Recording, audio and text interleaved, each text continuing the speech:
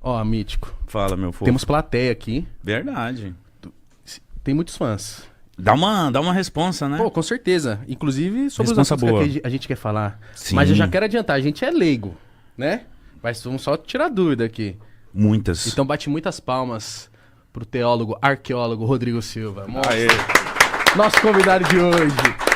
Como é que você tá, Boa. meu irmão? Eu amo a sua voz. Você tem uma voz tipo assim, tudo bem? Poxa, eu gostei Ah lá. então.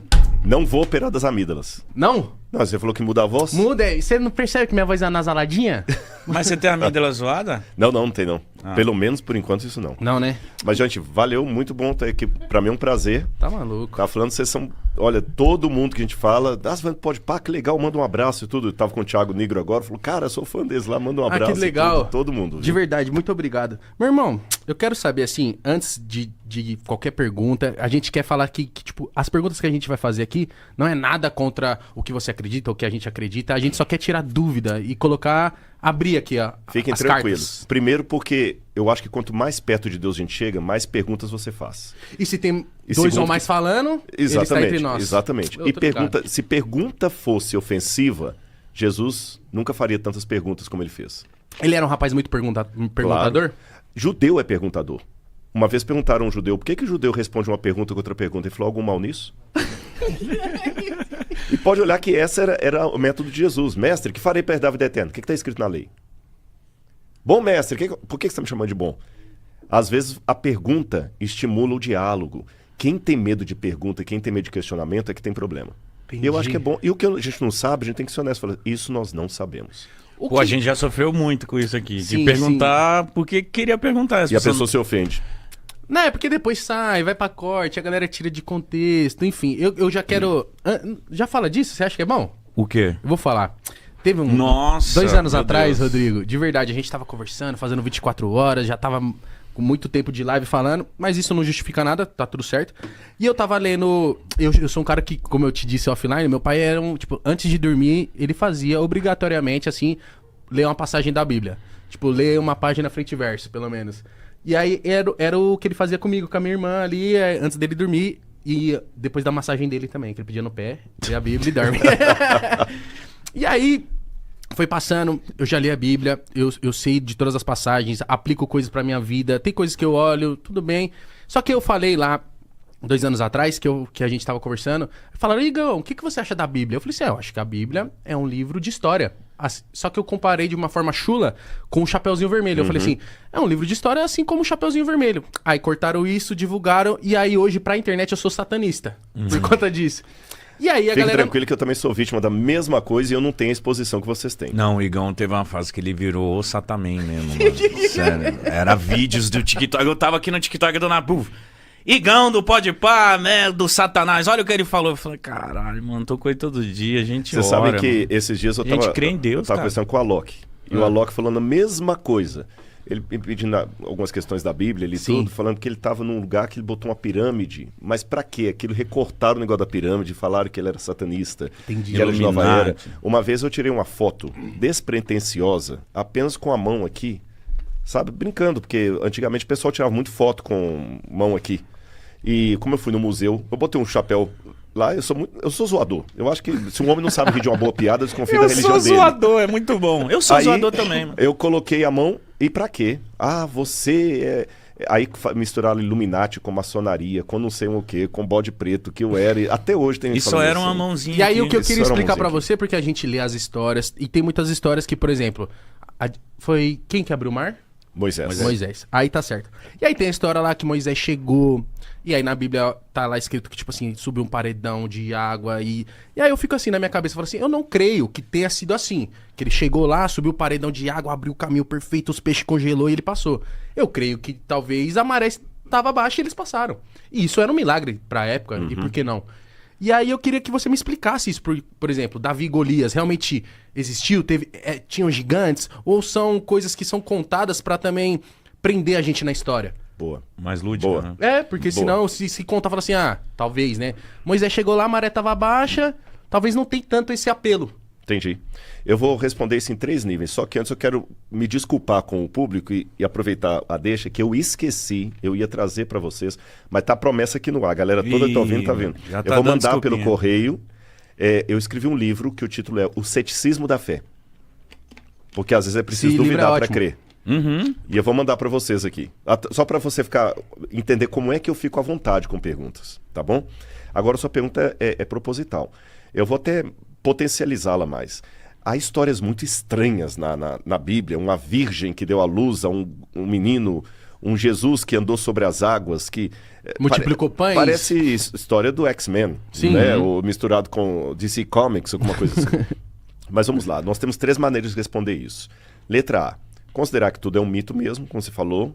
E há acadêmicos que falam que tudo é um mito. Por exemplo, você tem a escola alemã, que tinha um camarada chamado Rudolf Bultmann, que era um dos expoentes, como outros também, Raimaros, que diziam que Jesus era apenas um mito, e eles faziam a diferença entre o Jesus histórico e o Cristo da fé. O Jesus histórico foi um cara como outro qualquer, o Cristo da fé que foi esse Cristo mitologizado que criaram. Então tem essa abordagem. A segunda abordagem que tem é aquela, por exemplo, de um homem chamado também alemão, por coincidência, chamado Werner Keller, que escreveu E a Bíblia Tinha Razão. Onde ele fala, não, os milagres aconteceram, mas foi isso. O Mar Vermelho tem uma época que a água fica mais baixa mesmo, eles passaram por ali e tal, e o camarada deu um enfeite, né? Como se eu contasse assim, na hora que eu tava vindo pra cá, rapaz, um cara ia me assaltar, mas na hora, não aconteceu isso. Não, né? claro. Na hora que iria me assaltar, passou uma moto correndo e ele correu. Foi isso que aconteceu. Aí um anjo de Deus veio, segurou o cara. Então tem essa segunda interpretação. E tem a terceira, que é a que vê uma historicidade no relato. Eu sou da terceira linha, que eu vejo uma historicidade no relato por várias questões. Letra A. Quando você compara analiticamente o texto da Bíblia com o texto da mitologia do passado, as técnicas não são as mesmas. Porque é um É um estilo literário diferente. palavreado que já não se usa Exato. hoje. Mesmo pra época. Sim. Porque na época tinha mito. Você tinha as fábulas de Esopo, você tinha a mitologia de Homero, a Hesíodo, que contava as mitologias gregas. E o jeito, também tem as mitologias mesopotâmicas. O modo como a Bíblia está escrito definitivamente não é uma característica de mito. Eu vou dar um exemplo para a galera entender. Lembra do Jô Soares? Lembro. Eu fui 3 vezes ao Jô Soares. Que legal, cara. 3 vezes na época. O Jô Soares não é um podcast. Não. Aí se no futuro alguém falar, não, o Jô Soares era um podcast. Alguém que conhece vai falar, não era porque era uma entrevista, o podcast também era. Mas o podcast tem essas e essas e essas características que o Jô Soares não tem. Jô Soares tinha pauta, podcast não tem pauta. Jô Soares era controlado o tempo, podcast não é, tinha edição. Então você sabe diferenciar um podcast de um talk show. Porque eu vivi essa época. Que você vê essa época. Tá. Hoje, eu como arqueólogo, fazendo uma análise da literatura do passado, eu digo, literatura de mitologia tem características que a Bíblia não tem. Tá. Olhando pra cá parece a mesma coisa, igual alguém do futuro, é tudo entrevista. Não é, tem diferença. Então essa sua terceira linhagem, você acredita que aconteceu o quê? Vou colocar do Êxodo, por exemplo. Alguma coisa realmente fantástica aconteceu. Eu não acredito na ideia que a água baixinha, porque a Bíblia fala que o exército de Faraó foi afogado depois pelas águas. Sim. Então, se foi água baixinha, como é que essa água baixinha? Aí o milagre fica pior ainda, né? Então, o que acontece? Quando eu saio da Bíblia e vou para a cultura egípcia e eu encontro alguma coisa, encontro. Vou dar alguns exemplos para vocês. Muita gente pensa erroneamente que o faraó do Êxodo era Ramsés. Até o filme da Disney mostra isso, por causa de uma passagem da Bíblia meio anacrônica lá. O faraó do Êxodo tem tudo para ser Tutmoses III. E quando o faraó morria, eles desenhavam na tumba dele várias áreas do Amduat. O Amduat é o seguinte, quando você vai para o paraíso, na visão egípcia, você passa por 12 estações na barca solar. Até chegar ao paraíso. Até chegar ao paraíso. Aí você passa por Osíris, primeiro por Anubis, depois pelo deus Tote, pela deusa Maat, até chegar em Osíris e volta. Como se fosse, entre aspas, uma tela de videogame mesmo? Uma tela de videogame, que você vai passando de fase. Isso. Bingo. Aliás, tem até o Stargate, era baseado nos portais. Então, quando você vai na 12ª oração da Amduat, apenas está isso no túmulo de Tutmoses III. Ele pede estranhamente que os deuses protejam a multidão de soldados que morreu afogada por seguir a sua carne e não teve condição de ser sepultada. o Nilo não dava inundação para matar afogado uma multidão inteira. No Egito, no delta do Nilo, não chove. Até hoje. E você tem, inclusive, os desenhos lá da água com os cadáveres todos lá. Sério? Aham. No desenho na parede. Ele está testemunhando que um exército Morreu afogado. morreu afogado. Outra coisa curiosa é quando a tumba de Tutmosis foi encontrada, Victor Loré, que era o arqueólogo que encontrou, viu que o túmulo estava intacto.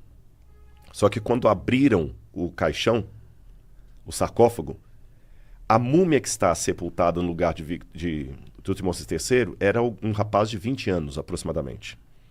E o faraó morreu com 50 e poucos anos. Oxi. Ixi. Então, por alguma razão, os egípcios mumificaram um outro corpo no lugar do faraó.